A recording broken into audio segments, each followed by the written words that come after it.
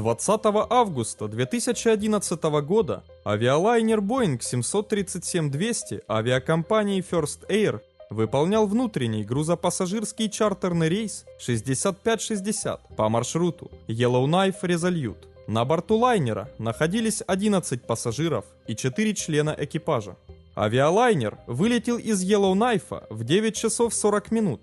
Во время следования по маршруту экипаж получил прогноз погоды, согласно которому в аэропорту прибытия ожидалось ухудшение погоды, низкая облачность и густой туман. Однако экипаж не стал менять аэропорт прибытия и продолжил полет согласно запланированного маршрута. До аэропорта Resolute полет прошел без происшествий, и экипаж начал снижение для захода на посадку. В это время в аэропорту стоял сильный туман, из-за чего посадка выполнялась на автопилоте по курсоглиссадной системе.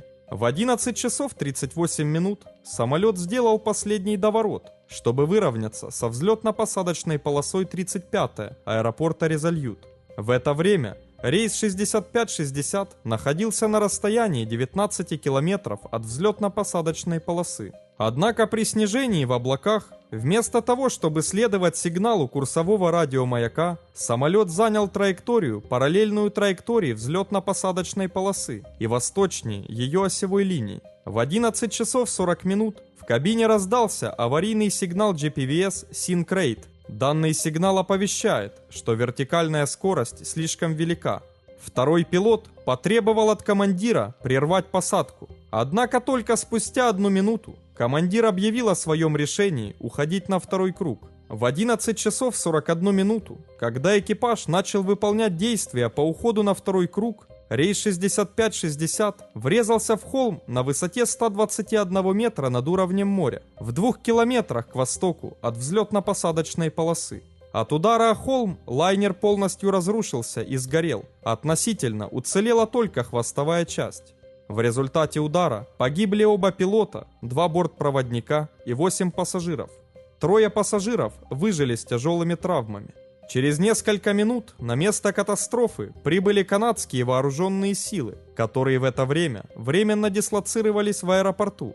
Военные как раз отрабатывали сценарий крупной авиакатастрофы в рамках учений. Расследованием причин катастрофы рейса 6560 занялся Совет по безопасности на транспорте Канады. Согласно отчету, причиной катастрофы стало столкновение с землей в управляемом полете.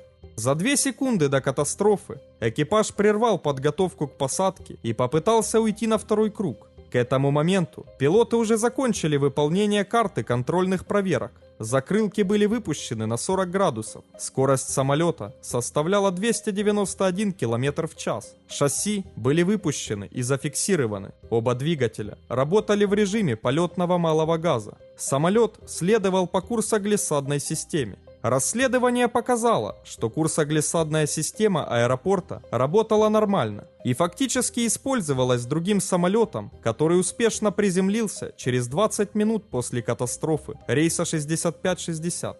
В марте 2014 года Комитет по безопасности на транспорте Канады выпустил окончательный отчет о катастрофе рейса 6560. Было обнаружено, что решение начать снижение с эшелона было запоздалым, и это привело к значительному увеличению рабочей нагрузки на экипаж, что повлияло на последующие характеристики и способность правильно отслеживать все параметры.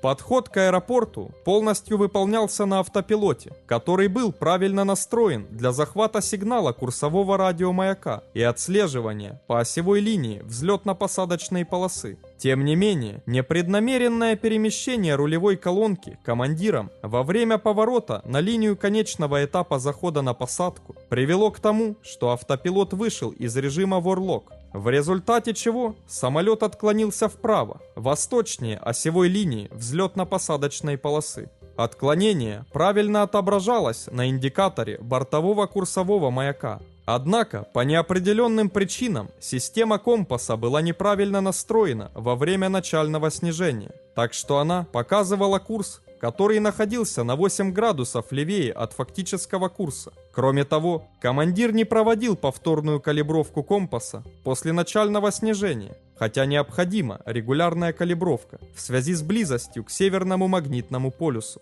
влияние которого еще больше увеличило начальную ошибку калибровки до 17 градусов, создавая у командира ложное впечатление, будто самолет движется по направлению к центральной линии взлетно-посадочной полосы. Фактически, самолет летел параллельно взлетно-посадочной полосе, и ветер с юго-запада толкал его еще дальше на восток. При значительно возросшей нагрузке ни один из пилотов не заметил частичного отключения автопилота. Второй пилот 18 раз обращал внимание командира на возможное отклонение от курса, но командир не реагировал. После того, как система предупреждения о приближении к Земле выдала предупреждение Sync-Rate, второй пилот потребовал уходить на второй круг. Однако командир медлил с решением и начал предпринимать активные действия по набору высоты слишком поздно, чтобы избежать столкновения с Землей.